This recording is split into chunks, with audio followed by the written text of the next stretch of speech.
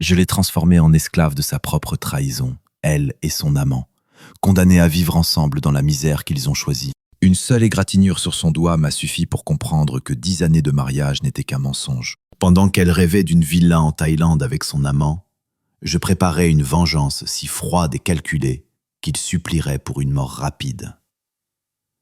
Voici l'histoire d'un homme qui n'a pas pardonné, mais qui a tout pris. Bienvenue sur la chaîne Histoire d'infidélité, où la justice n'est pas douce, elle est impitoyable. Écrivez dans les commentaires de quelle ville vous regardez et quel temps il fait chez vous. Ici, chaque récit est une leçon sur ce qui arrive quand on trahit quelqu'un qui refuse de briser.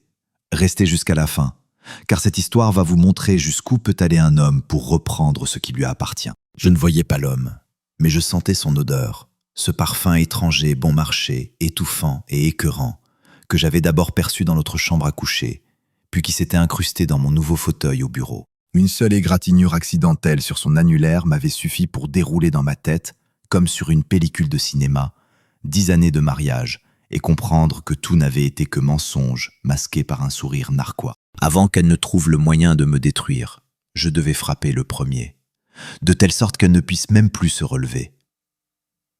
Je m'appelle Maxime, j'ai 48 ans, je viens de Lyon. J'ai longtemps travaillé comme ingénieur dans une grande usine, puis au début des années 2000, j'ai investi toutes mes économies dans une petite entreprise de transport. Aujourd'hui, je possède 3 camionnettes et une berline que j'utilise personnellement. La vie, je dois l'avouer, m'a servi une bonne dose d'amertume. C'est pourquoi j'ai toujours été dur. J'ai pris l'habitude de frapper d'abord, de poser les questions ensuite. Je fais partie de ces gens qui ne pardonnent pas et qui, lorsqu'ils décident de se venger, le font avec calcul et un sentiment de supériorité totale et absolue. Elle s'incrustait comme la rouille dans les objets qui m'étaient chers, dans l'air même de notre maison que j'avais bâtie pendant des années. Il y a presque un an, j'étais entré dans notre chambre et je l'avais tout de suite senti. Ma femme Clara utilisait toujours un parfum léger aux agrumes, mais là c'était lourd, semblable à une eau de Cologne bon marché. J'avais alors mis ça sur le compte d'un nouveau parfum qu'elle aurait acheté pour changer. Mais 6 mois plus tard, j'avais retrouvé cette même trace répugnante dans mon bureau. Sur le fauteuil en cuir que j'avais payé une fortune, je sentais distinctement cette même odeur écœurante, comme si un homme transpirant y avait été assis. J'avais alors agrippé les accoudoirs si fort que mes phalanges avaient blanchi. Je n'avais pas fait de scène, je n'avais rien cassé. Simplement, un voyant rouge s'était allumé dans ma tête. Un étranger. Il avait été là. Un étranger. Je m'étais ressaisi comme je le faisais lors d'une chute de l'euro ou d'une panne soudaine de camionnette. Ma réaction n'était pas la colère, mais le calcul froid. Je ne piquais pas de crise. Je ne renversais pas les meubles. Je me contentais d'observer. Clara était une experte du camouflage. Son regard était franc, son sourire large. Mais moi, comme un vieux chasseur, je voyais chaque détail qui sortait du rythme habituel. Elle allait plus souvent à la salle de sport, achetait de nouveaux sous-vêtements, et surtout, elle devenait plus nerveuse quand je prenais simplement son téléphone en main, même éteint. Je ne demandais pas le code, je le tenais juste, et elle se tendait comme si je tenais une grenade dégoupillée. Puis il y eut ce jour-là. J'étais assis dans mon bureau qui occupait un petit entrepôt bien équipé en périphérie de la ville. Dehors, les voitures faisaient du bruit. L'air sentait le gazole et l'asphalte chaud. Je buvais un café noir quand elle arriva pour m'apporter des documents. Son visage tremblait légèrement de tension.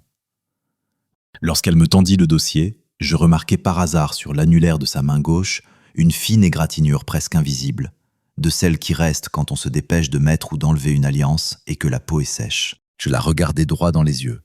Je ne posais pas de questions, je savais simplement. Mon alliance en or serrait sa peau. Elle y était habituée, mais elle l'avait retirée. Puis elle l'avait remise à la hâte, maladroitement. Je restais là à fixer cette égratignure comme un verdict. Pas pour elle, mais pour moi, parce que je comprenais que toute ma vie j'avais cru en quelque chose qui n'existait pas. Tout cet amour, ce confort, ces soirées en famille n'étaient qu'un décor. Et dans les coulisses se tenait déjà un homme transpirant avec son parfum bon marché qui touchait ce qui m'appartenait. Sans dire un mot, je pris les documents et lui demandai de rapporter le soir une bouteille de vodka et du pâté. Je devais me saouler pour ne pas craquer sur le champ, à Dieu ne plaise. Je commençai à préparer le terrain. Je ne poserai pas de questions. Je ne m'humilierai pas. J'agirai comme un ingénieur qui calcule l'effondrement d'une structure. Je savais que j'avais un atout indiscutable. Notre appartement de 3 pièces, la voiture et toute mon entreprise étaient enregistrés uniquement à mon nom. Clara, sur mon insistance, ne possédait aucune part, car j'avais toujours dit que les affaires étaient risquées et qu'il valait mieux que tout soit à mon nom pour plus de sécurité. Je mentais évidemment. Je savais que j'étais fort et que dans ma vie tout pouvait arriver et qu'il fallait toujours avoir un plan de secours. Elle, naïve idiote ou simplement trop sûre d'elle, n'avait jamais protesté, car je lui donnais assez d'argent. Le soir même, j'appelai un vieil ami avocat et lui demandai de vérifier tous nos comptes, ainsi que d'établir une procuration générale sur l'entreprise au nom de mon cousin Étienne, avec droit de signature. Au cas où, on part en vacances. On ne sait jamais, mentis-je à mon ami. Et lui, sans poser de questions inutiles, fit tout rapidement. Je sentais le sol se dérober sous ses pieds, mais elle ne le voyait pas. Elle était occupée à échanger secrètement des messages avec son amant. Le voyage en Thaïlande était son idée. « Allez, Maxime, reposons-nous.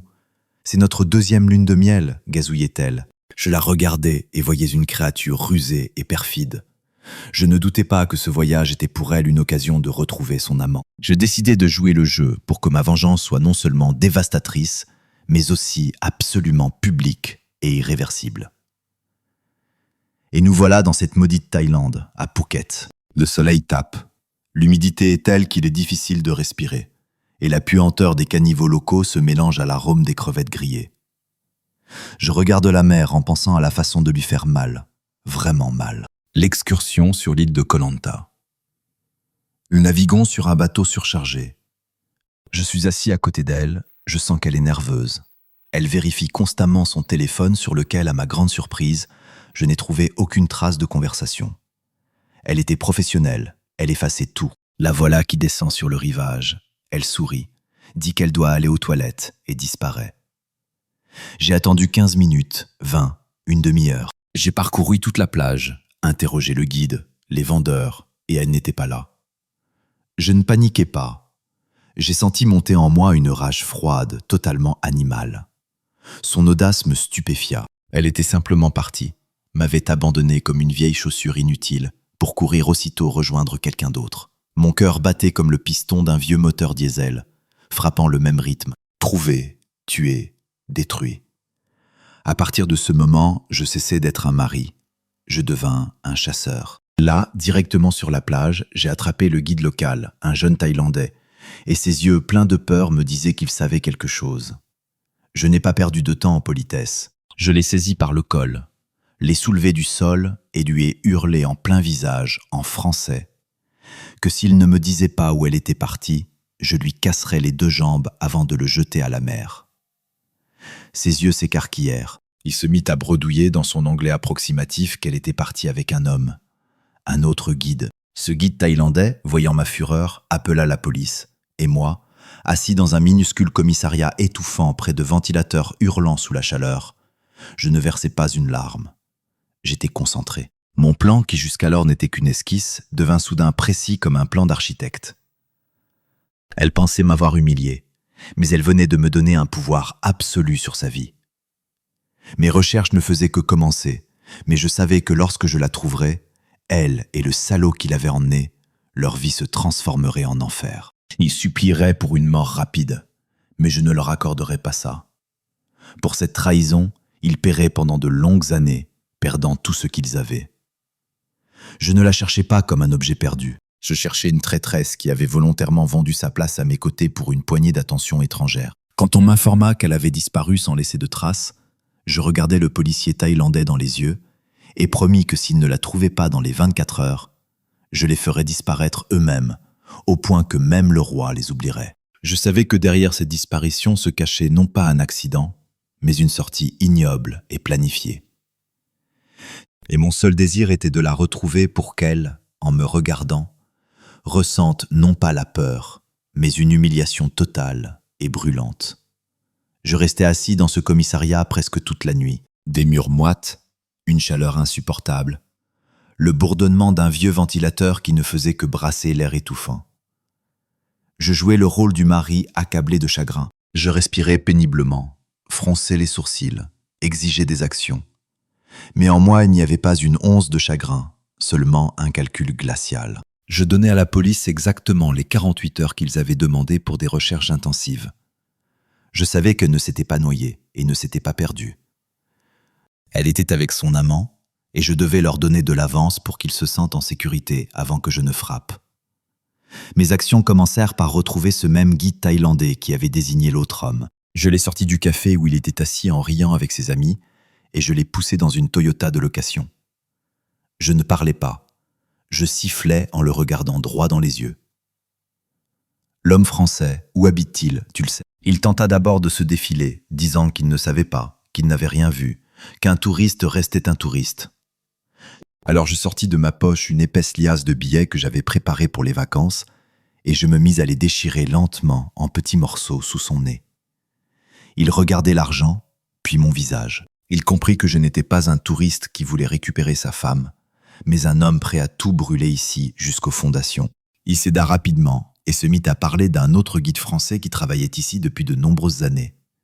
Il s'appelait Gabriel. Il le décrivait comme un type arrogant et glissant qui draguait les femmes françaises pendant les excursions en leur promettant une vie paradisiaque. Il dit que ce Gabriel possédait sa propre villa quelque part dans les montagnes, loin du bruit de la plage. Je ne perdis pas de temps à poser des questions sur Clara. Le nom et l'emplacement approximatif me suffisaient. Je lui jetai un billet au visage, assez pour qu'il comprenne que sa vie ne valait pas plus cher que ce bout de papier s'il disait un seul mot à la police. Je pris un taxi et me rendis au bureau que le Thaïlandais m'avait indiqué. C'était un petit bureau étouffant où l'on organisait des excursions. J'entrai sans frapper et sentis immédiatement une odeur familière. Ce même parfum bon marché et écœurant que j'avais senti sur mon fauteuil à Lyon. Mon cœur bondit dans ma gorge, mélange de colère et de triomphe. J'avais trouvé la piste et elle était chaude. Derrière le bureau était assise une jeune Française qui s'ennuyait et qui, en me voyant, se tendit immédiatement. Je ne posais pas de questions. Je n'implorais pas. Je m'approchai de son bureau, saisis le premier objet qui me tombait sous la main, un presse-papier en forme d'éléphant, et le lançai avec fracas contre le mur derrière elle. La fille poussa un cri perçant, et moi, penché au-dessus d'elle, je prononçai exactement 3 mots, détachant chacun comme un coup de marteau. Où, Gabriel, villa. Elle, terrifiée à mort, se mit à trembler comme une feuille. Elle comprit qu'elle avait devant elle non pas un idiot venu se reposer, mais quelqu'un de dangereux. Mon regard lui suffit pour tout déballer. La villa de Gabriel se trouvait à 1 heure de route dans un village de montagne où vivaient principalement des Français installés là. Elle me donna les coordonnées exactes, me dit la marque de son vieux pick-up et ajouta en tremblant qu'il y était retourné hier soir et qu'il n'était pas seul. Je me redressai, jetai sur son bureau quelques billets froissés pour qu'elle oublie cet incident et sortis de cet endroit maudit. Je roulais sur une route poussiéreuse, sinueuse, et à l'intérieur de moi, un ressort se comprimait. Je ne ressentais ni fatigue, ni chaleur, seulement une concentration chirurgicale absolue. Elle avait trouvé le véritable amour, parfait. Maintenant, j'allais leur montrer à tous les deux ce qu'était la vraie solitude, la douleur et la misère. Je n'allais pas les tuer. C'était trop simple. J'allais faire d'eux des morts vivants pour qu'ils rêvent du jour où je les tuerais simplement. 40 minutes plus tard, je me tenais devant le portail de sa ville. C'était un petit terrain clôturé avec une piscine, caché par une végétation luxuriante. Je vis son pick-up garé dans la cour arrière. Mon pouls était régulier et bas. J'étais calme comme une lame de couteau. Je ne sonnais pas à l'interphone, je franchis simplement la clôture basse. La villa était silencieuse. On n'entendait que le murmure de l'eau dans la piscine et le cri lointain d'un oiseau. Je m'approchai d'une large fenêtre et regardai à l'intérieur. Je les vis. Clara, ma femme, était assise à table dans une robe d'été légère. Elle riait. Devant elle se trouvait un verre contenant un liquide ressemblant à du pastis local. Et en face d'elle était assis Gabriel, un type costaud et bronzé avec un sourire répugnant et suffisant sur le visage. Il lui tenait la main et lui chuchotait quelque chose qui la faisait glousser. Dans cette scène, il n'y avait aucune passion, seulement une ignominie répugnante et dégoûtante qui devait être anéantie. Je sentis tout mon sang affluer vers ma tête. Je défonçai la porte d'un coup d'épaule, sans frapper, sans crier. J'entrais simplement comme une locomotive, apportant avec moi la destruction. La porte se décrocha de ses gonds avec un fracas assourdissant. Ils bondirent tous les deux. Le visage de Clara changea instantanément.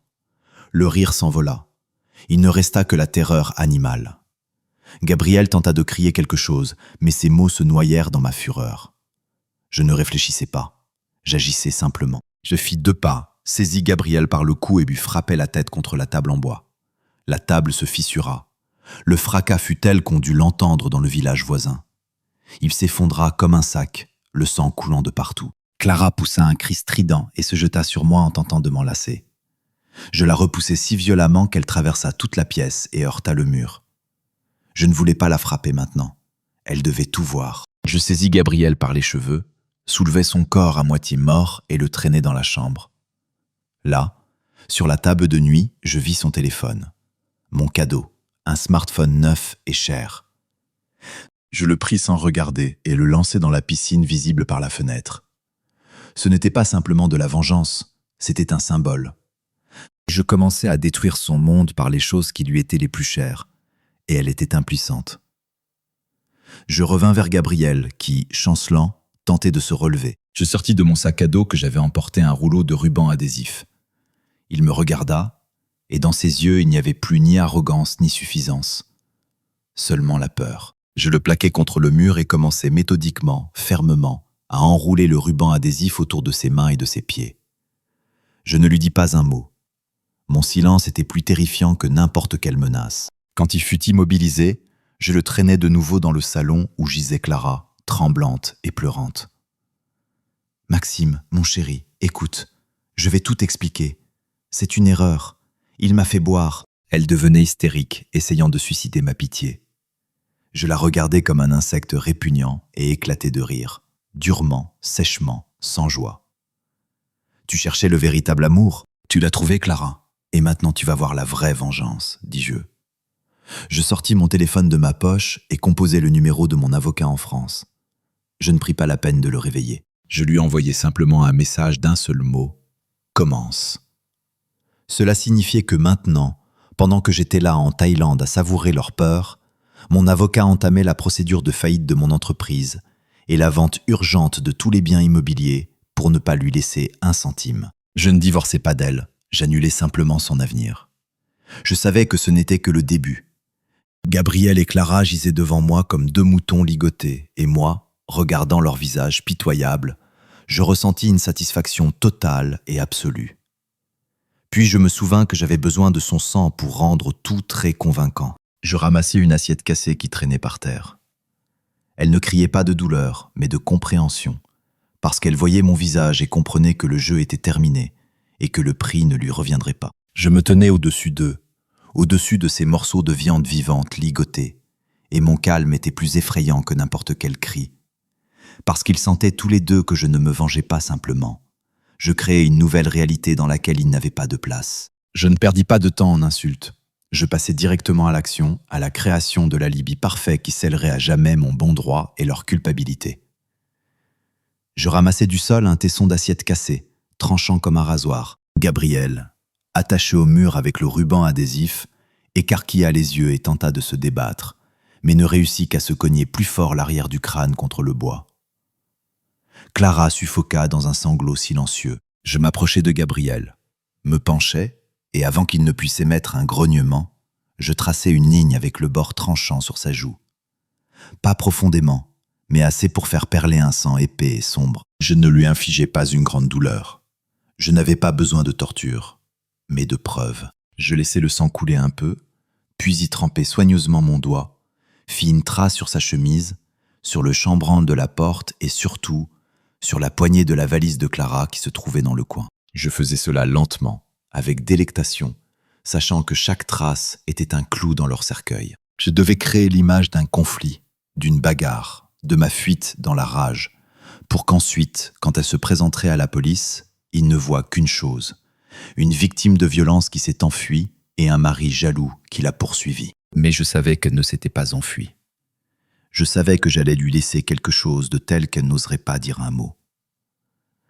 Pendant que j'enroulais autour de Gabriel du ruban adhésif supplémentaire pour qu'il tienne dans cette position au moins jusqu'au matin, Clara se mit à parler.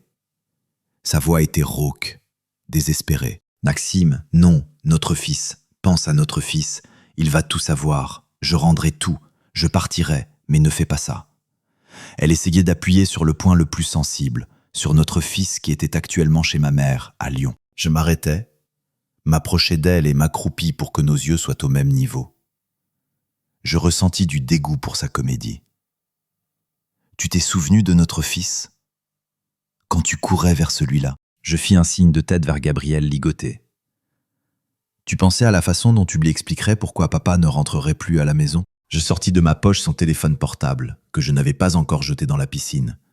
Un vieux téléphone de secours que je lui avais acheté pour appeler la maison. J'allumai la caméra et la regardant droit dans les yeux, je commençais à parler de manière monotone, claire, comme si je lisais un procès-verbal. « Aujourd'hui, Clara, le 9 décembre, tu m'as rejeté. Tu as choisi cet homme. Je te pardonne. Mais je dois te dire que maintenant, pendant que tu es assise ici, toute notre propriété est en train d'être transférée. Tu n'auras rien, ni appartement, ni voiture, ni part dans l'entreprise. Tu seras misérable. Et si jamais tu tentes de revenir ou de raconter quoi que ce soit à la police, ou de dire ne serait-ce qu'un mot sur ce qui s'est passé ici, je ferai en sorte que tu ne revoies plus jamais notre fils. Et pour cela, j'ai des témoins. Bonne navigation, Clara, sur les vagues de ton nouvel amour. » J'appuyai sur stop.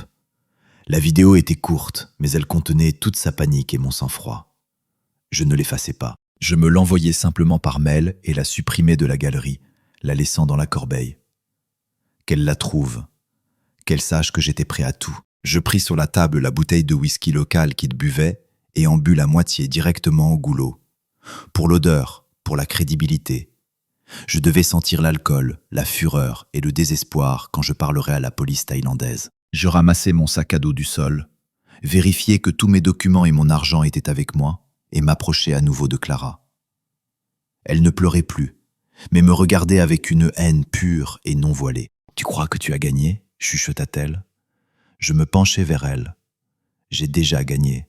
Tu es ici ligoté avec un homme qui ne vaut pas un sou cassé, et moi je retourne à ma vie que tu as tenté de détruire. Et maintenant je vais la rendre meilleure, tandis que toi, tu vas pourrir ici. Ce n'est que le début, Clara. Profite de ton choix. » J'inspectai rapidement la villa. Je pris à Gabriel son épais bracelet en or et sa bague, ceux-là même dont il se vantait probablement devant Clara, et les mis dans ma poche. Ce n'était pas du vol, c'était une compensation morale pour une vie gâchée. Je sortis de la villa en refermant la porte brisée de façon à ce qu'elle tienne sur un seul gond, créant l'apparence que j'avais fui dans la rage. Je franchis à nouveau la clôture, montai dans le taxi qui m'attendait non loin et retournai en ville. Dans la voiture, j'appelai la police, non plus depuis le commissariat mais avec un numéro étranger, et en changeant ma voix, je signalai qu'à la villa de Gabriel, il y avait eu une bagarre d'ivrogne avec du sang et des cris. Je leur donnai l'adresse et raccrochai. Qu'ils s'amusent. Je savais que j'avais maintenant au moins 10 heures d'avance.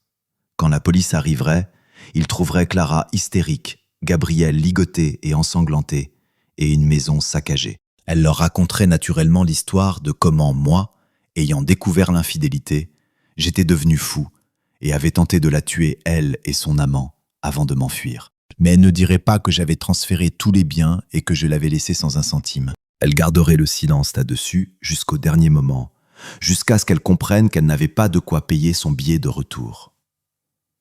Je revins à l'hôtel où l'on m'attendait déjà. Jouant le rôle d'un homme qui venait de subir un choc, j'appelai la réception et exigeai une bouteille de la vodka la plus forte. Je la bus presque entièrement, rapidement, pour que l'odeur d'alcool soit indubitable.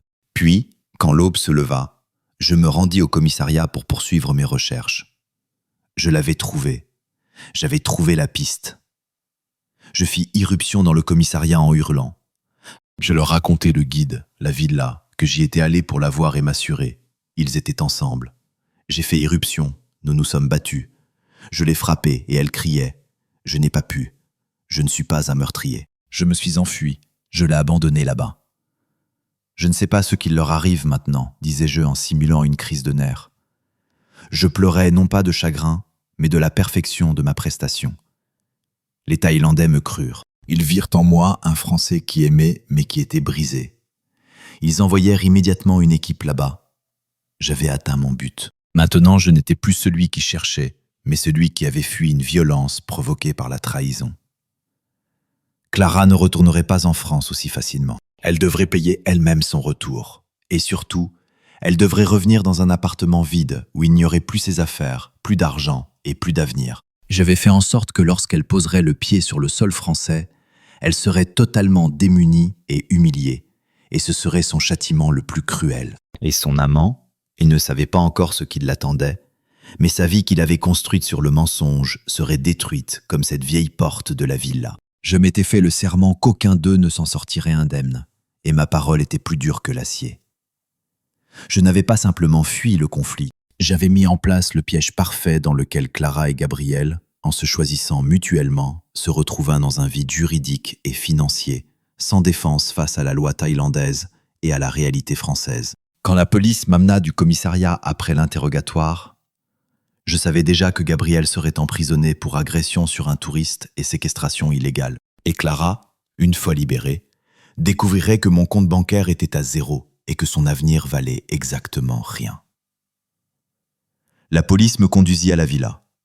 On me menait comme une victime qu'il fallait protéger d'une nouvelle agression. Le tableau que je vis était exactement celui que j'avais peint. La porte brisée, les traces de sang de Gabriel sur le sol, son corps ligoté et battu que les Thaïlandais avaient déjà libéré, et Clara, ma femme, assise sur le canapé, enveloppée dans une couverture avec des yeux totalement vides. Son regard, quand elle me vit, était un mélange de haine, de peur et de conscience de la catastrophe. Elle comprit que je n'avais pas simplement pété les plombs, j'avais tout planifié. Je ne lui adressais pas la parole. Moi, en tant que victime, j'exigeais qu'on me rende mes affaires que j'avais soi-disant laissées dans la précipitation. Je récupérais mon sac à dos, mon téléphone, et l'ignorant ostensiblement, me tournais vers les policiers pour signer le procès-verbal. Je racontais clairement, mais avec un tremblement dans la voix, comment Gabriel, le guide avec qui ma femme avait une liaison, nous avait attirés ici, comment il m'avait attaqué et comment moi, me défendant, je l'avais frappé et m'étais enfui en craignant pour ma vie. Je ne mentionnais ni le ruban adhésif, ni le sang sur la joue, ni le téléphone jeté dans la piscine. Tout ressemblait à une bagarre motivée par la jalousie, où j'étais la victime et eux les agresseurs. Quand l'enquêteur demanda à Clara ce qu'elle avait à dire, elle se tut. Son visage se tordit sous l'effet d'une lutte intérieure. Elle ne pouvait pas dire la vérité, que je l'avais ligotée pour avoir le temps de conclure l'affaire en France. Elle ne pouvait pas avouer qu'elle s'était elle-même enfuie avec son amant. Si elle disait que je l'avais abandonnée, cela sonnerait crédible. Mais alors elle admettrait automatiquement qu'elle se trouvait là volontairement, et elle deviendrait complice du crime que je lui avais imputé. Son silence fut mon premier triomphe public. Elle avait perdu avant même d'ouvrir la bouche. Je quittai la Thaïlande 24 heures plus tard. Avant le départ, je me rendis la voir au commissariat où elle attendait la décision concernant sa déportation. On la gardait dans un local qui ressemblait plus à un entrepôt sale qu'à une cellule. Elle avait l'air terrible, fripée avec des yeux rouges, dans les mêmes vêtements d'été. Quand on nous laissa seuls, je m'approchai d'elle et sortis de ma poche un billet froissé de 100 €. Le seul argent que je lui laissais. « C'est pour ton billet jusqu'à Lyon, Clara. Pour l'avion, ça ne suffira pas. Il faudra prendre le train avec des correspondances, dis-je. » Je la regardais et ne ressentais pas de colère, mais de l'indifférence. Elle bondit comme piquée par une guêpe et me saisit le bras. « Maxime, où est l'argent? Tu n'as pas pu? Nous avons un crédit immobilier, des prêts et l'appartement. » Je souris avec mépris. L'appartement. Il est à mon nom, Clara, depuis longtemps. J'ai remboursé le crédit immobilier par anticipation hier matin grâce à un prêt garanti par l'entreprise. L'entreprise, je l'ai vendue à mon frère pour 1 € et elle est en cours de faillite. Tu te souviens? Je disais toujours que les affaires étaient risquées. Dans notre mariage, tu ne possédais rien à part ma générosité. Et maintenant, ma générosité est terminée. Je marquai une pause, savourant son horreur grandissante. Et encore, Clara, tu me dois 1 million d'euros pour tes vacances avec Gabriel, les frais de voyage et les pertes causées par un client que je devais rencontrer. Des factures te seront envoyées. Et à Dieu ne plaise que tu ne reviennes pas en France ou que tu tentes de mentir. Notre fils saura tout, et tu n'as aucune possibilité de le voir. J'ai tout prévu. » Je revins à Lyon. Mon cousin Étienne, qui était désormais le propriétaire nominal de mon entreprise de transport, vint me chercher. J'avais l'air d'un héros qui avait vécu une tragédie et était rentré chez lui. Je me rendis immédiatement chez ma mère pour serrer mon fils dans mes bras. À mon fils, je dis que maman était restée en Thaïlande pour aider des enfants locaux dans un orphelinat. C'était sa couverture préférée pour la charité. Il y crut. Puis commencèrent les vraies actions. Avec l'aide d'Étienne et de l'avocat, j'entamai le processus de vente rapide des actifs de l'entreprise pour convertir tout ce qui était possible en liquidité et sortir l'argent d'un éventuel partage de biens. L'appartement, comme la voiture, avait déjà été transféré au nom d'Étienne avec droit de rachat par mois dans 1 an. Clara reviendrait dans un appartement vide qui ne lui appartenait pas juridiquement. J'étais assis dans mon bureau sur ce même fauteuil où j'avais un jour senti l'odeur d'un parfum étranger. Je buvais de l'eau de vie double distillation qu'avait apporté mon chauffeur et j'attendais son retour. Je savais qu'elle reviendrait dans 1 semaine. Elle reviendrait dans un Lyon de novembre glacial, sans argent, sans statut et sans le moindre espoir. Je ne l'appelais pas. Je voulais qu'elle prenne contact elle-même et se sente humiliée en quémandeuse. 1 semaine plus tard, tard dans la soirée, alors que je buvais du thé avec mon fils et lui racontais comment papa allait maintenant beaucoup travailler, le téléphone sonna. Numéro inconnu, préfixe thaïlandais. Je décroche. « Maxime, c'est moi. Je suis à Paris. Je n'ai pas d'argent pour le billet jusqu'à Lyon. Envoie-moi de l'argent, s'il te plaît. Je vais tout expliquer. C'était une erreur. Je t'aime. » Sa voix était faible, brisée, sans l'autorité d'autrefois. « M'expliquer. Tu as eu 2 semaines pour expliquer quelque chose. Tu as choisi un autre homme. Reviens comme tu veux, Clara, en stop, à pied. Je m'en fiche.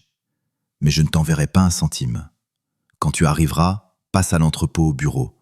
Je te donnerai de l'argent pour louer un coin quelque part, et tu pourras commencer à travailler pour moi, comme femme de ménage. Ta vie m'appartient maintenant, Clara.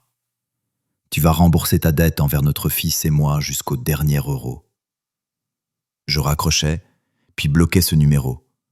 Je ne lui donnais pas de chance. Je ne lui donnais pas d'espoir. Je sortis de ma poche le bracelet en or de Gabriel.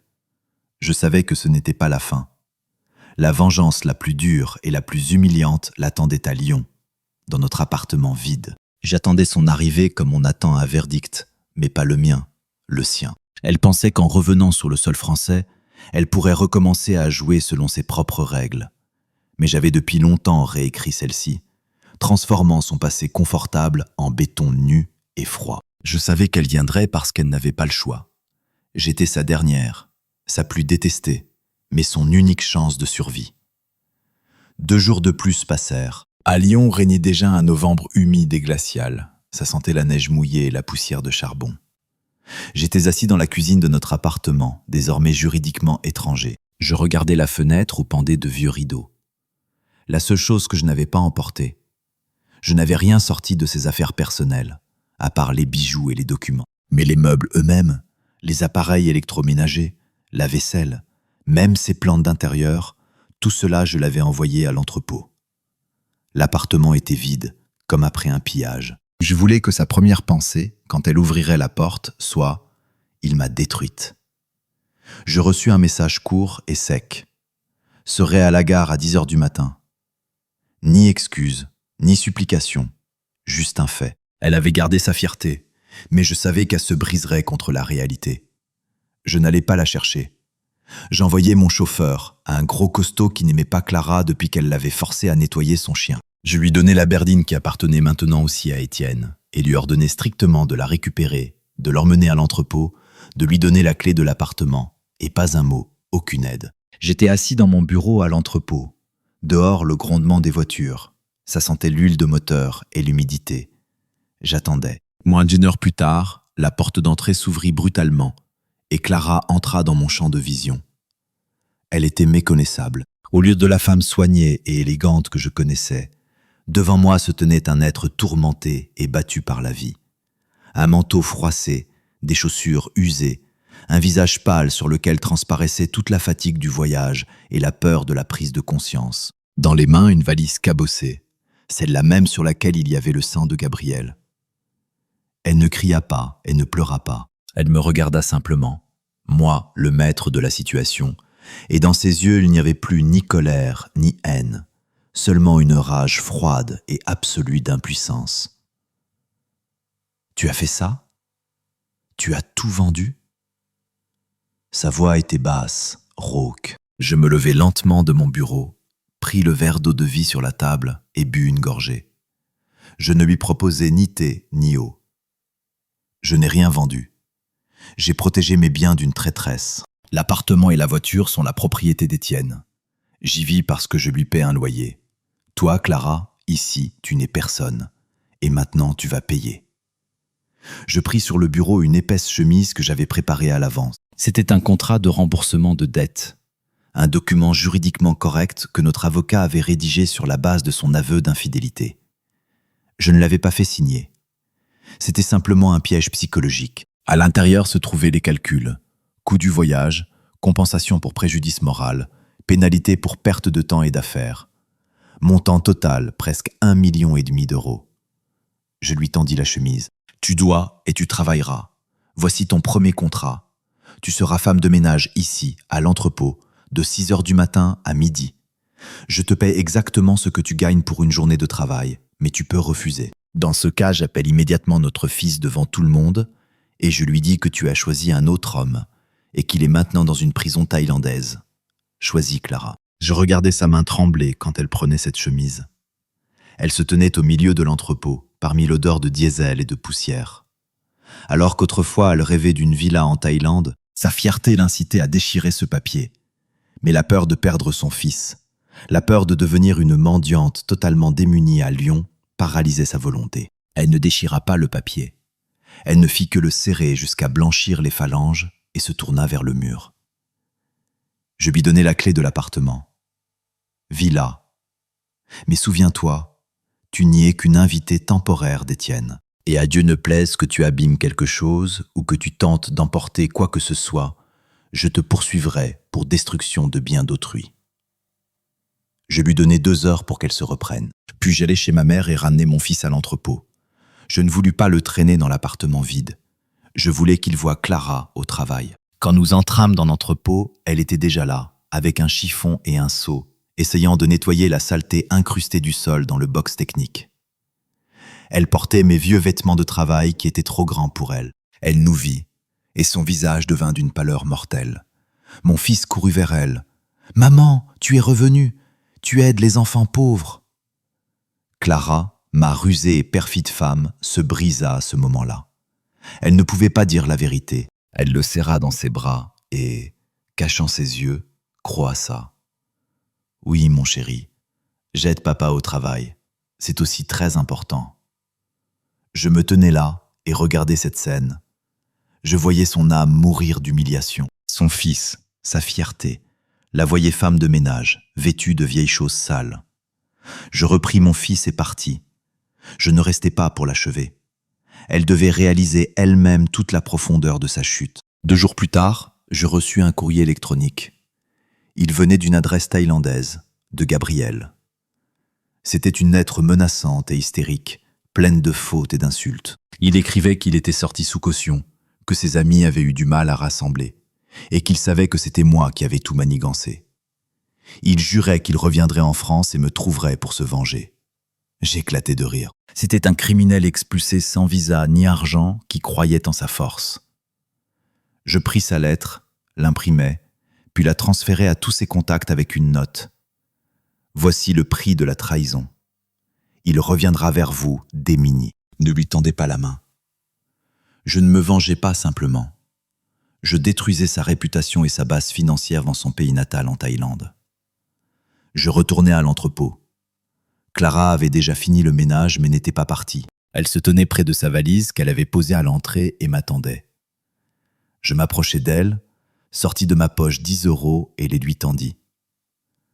Voici ton salaire journalier. Si tu travailles bien, tu verras ton fils demain. Et souviens-toi, ton seul objectif est de rembourser ta dette, dis-je. Elle prit l'argent, sa main était glacée. Elle ne répondit pas. Elle sortit simplement dans l'air humide de novembre. Et je savais qu'elle allait dans un appartement vide et froid qu'elle ne pourrait appeler maison. Je n'avais pas fini. Je ne faisais que commencer ma destruction dure et méthodique de sa vie. Et j'avais besoin de Gabriel pour terminer ce que j'avais commencé.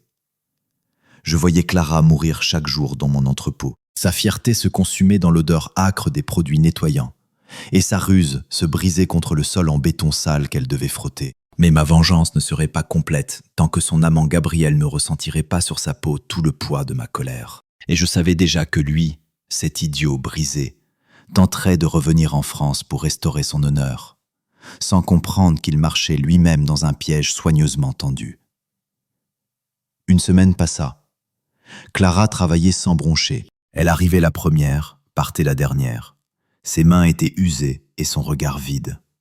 Elle essayait de me parler de notre fils, du fait qu'elle avait besoin de plus de temps avec lui, mais j'étais inflexible. Tu le verras quand tu auras remboursé les 2/3 de la dette. En attendant, travaille. Ma voix était froide comme l'acier. Elle comprit que les larmes et les supplications ne fonctionnaient pas. Mon attitude impitoyable était sa punition humiliante quotidienne. Mais je n'oubliais pas Gabriel. Mes hommes, de vieux amis du sport qui travaillaient maintenant dans la sécurité, surveillaient ses contacts. Et mon pressentiment ne me trompa pas. Lui, expulsé de Thaïlande comme un criminel et ayant perdu tous ses actifs, ne pouvait rester dans la misère.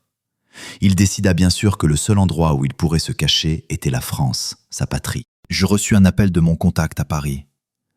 On accueille Gabriel à la gare de Lyon. Il a l'air misérable. Il marche à pied, n'a pas osé prendre un taxi. Je ne ressentis pas de joie, seulement une satisfaction froide et absolue. Je l'attendais comme un prédateur attend sa proie. Je n'allais pas le tuer, c'était trop rapide. J'allais le détruire moralement et physiquement pour qu'il envie sa vie d'avant. Je pris avec moi Étienne, mon cousin, un type costaud et silencieux qui savait que j'avais raison et était prêt à me suivre jusqu'au bout. Nous montâmes dans ma berline qui lui appartenait maintenant aussi et partîmes de Lyon pour Paris. 450 kilomètres de route. Je restais silencieux. Et dans ma tête, je déroulais le plan de vengeance. Je n'allais pas l'emmener à l'entrepôt voir Clara. Elle ne devait pas encore le voir tant qu'il ne serait pas suffisamment brisé.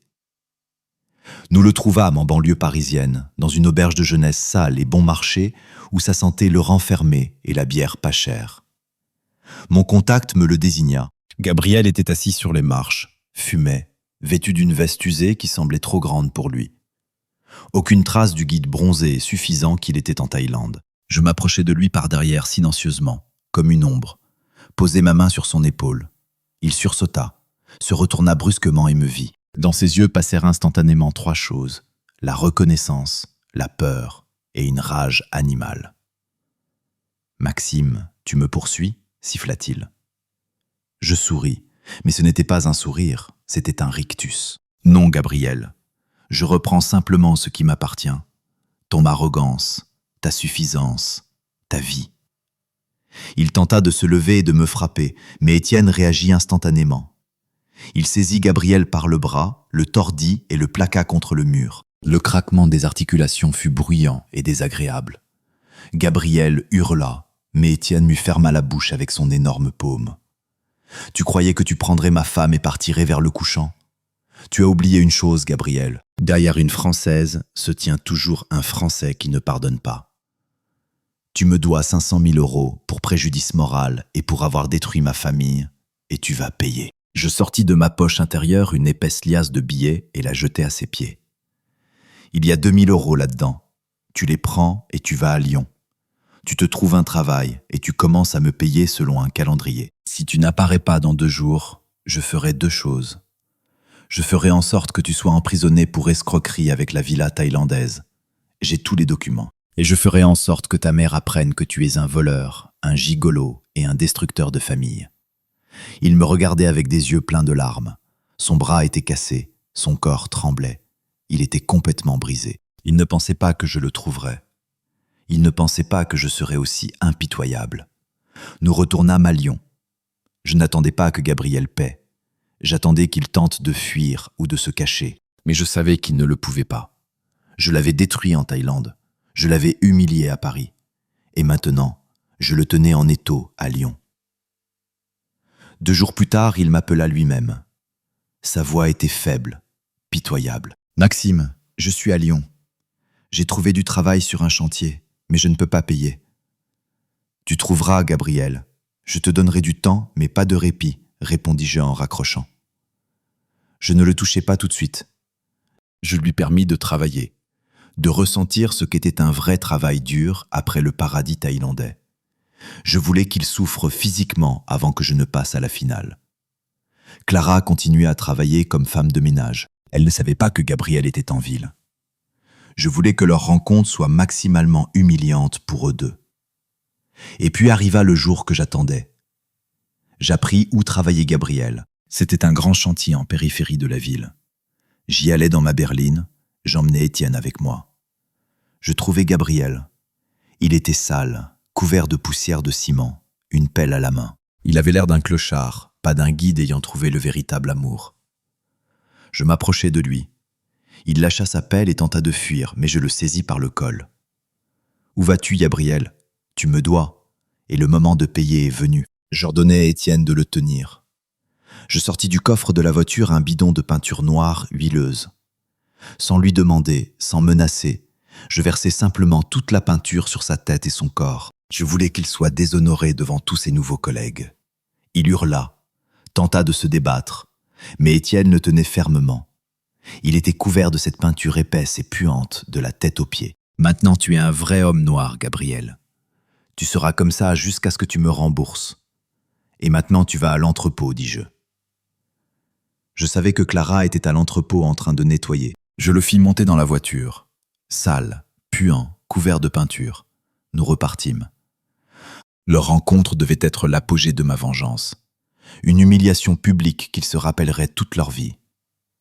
Je l'emmenai puant et couvert de peinture noire huileuse, comme un trophée qui devait orner mon triomphe. L'odeur de gazole et de saleté dans l'habitacle de ma berline se mélangeait à l'odeur âcre de peinture, et je ne ressentais pas d'irritation, mais une justesse triomphante, absolue. Gabriel, avec un visage gonflé par les larmes et la douleur, n'était qu'un instrument dans ma vengeance, qui devait porter le dernier coup, le plus humiliant, à la fierté de Clara. Nous arrivâmes à l'entrepôt. Derrière le portail se tenait déjà Clara. Elle avait terminé sa journée de travail. Dans les mains, elle tenait ce même sac cabossé avec lequel elle était revenue de Thaïlande. Elle m'attendait probablement pour demander de l'argent pour le loyer. Mais à la place, elle vit Étienne sortir de ma voiture une créature couverte de peinture huileuse qui tenait à peine debout. Clara s'arrêta. Son regard passa de mon visage à ce sac noir et sale et revint. Une seconde, deux, et elle le reconnut.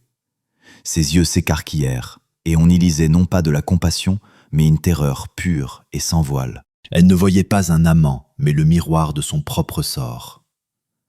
Je m'approchai d'elle sans prêter attention à Gabriel ligoté.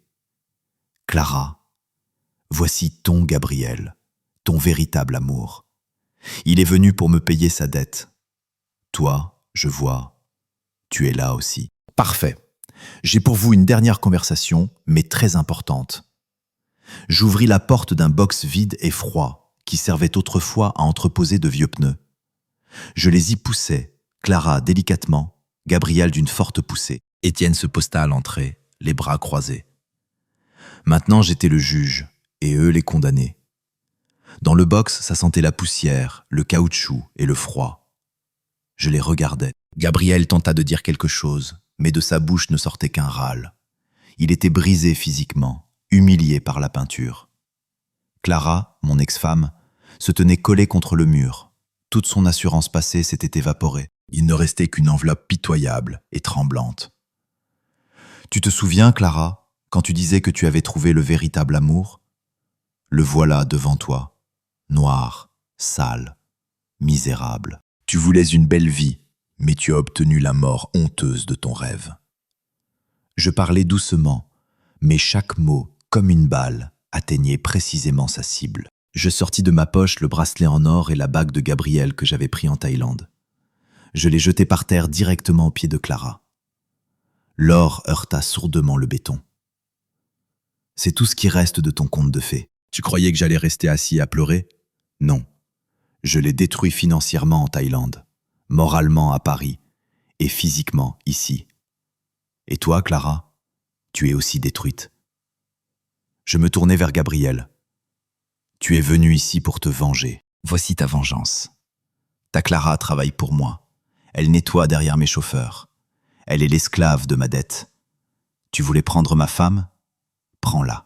Elle ne vaut plus rien maintenant. Personne n'en veut. Et elle me paiera jusqu'à ce que je décide que ça suffit. Je ne leur laissais pas la possibilité de dire quoi que ce soit. Je saisis Clara par le col de son manteau usé, la traînai vers Gabriel et les forçai à se regarder. C'était cette humiliation publique et cruelle que j'avais planifiée. Ils devaient voir l'un en l'autre non pas l'amour, mais la cause de leur effondrement total. Vous êtes ensemble? Parfait. Maintenant, vous allez rembourser ma dette ensemble. Je vous donne la possibilité de vivre au même endroit, dans un appartement vide et froid qui appartient juridiquement à mon cousin. Vous vivrez ensemble et vous travaillerez pour moi. Gabriel sur le chantier, Clara à l'entrepôt. Chacun de vos centimes ira vers moi pour rembourser la dette. Vous êtes condamnés à l'esclavage commun sous ma surveillance. Leur regard plein de haine n'était plus dirigé vers moi, mais l'un vers l'autre. Clara vit en Gabriel la source de ses problèmes, et Gabriel vit en elle la cause de sa chute. Ma vengeance atteignit son apogée. Je transformai leur amour en haine et fis d'eux des codétenus dans leur propre misère. Je les sortis du box. Clara, toute tremblante, prit sa valise. Gabriel, couvert de peinture, boitait à côté. Je donnai des instructions à Étienne. Emmène-les dans cet appartement et fais-leur comprendre que s'ils tentent de fuir, ils seront retrouvés et ramenés, et ce sera pire alors. Je restai seul dans l'entrepôt parmi les odeurs de gazole et de poussière. Je ne ressentais pas de fatigue, seulement une victoire pure et absolue. Je n'avais perdu ni argent ni honneur. J'avais sauvé mon fils de la honte et acculé les traîtres dans un coin d'où ils ne pourraient s'échapper. Ils vivraient ensemble, se haïraient mutuellement et travailleraient pour moi jusqu'à ce que je décide que leur humiliation avait atteint le niveau que je souhaitais. Je savais que ce serait long, mais ce serait cruel et juste. Je regardais ma main sur laquelle brillait toujours l'alliance en or.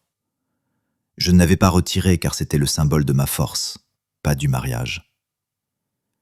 Je pris sur la table le verre d'eau de vie qui s'était évaporé depuis longtemps et le versai par terre. Je n'avais pas besoin d'alcool pour étouffer la douleur.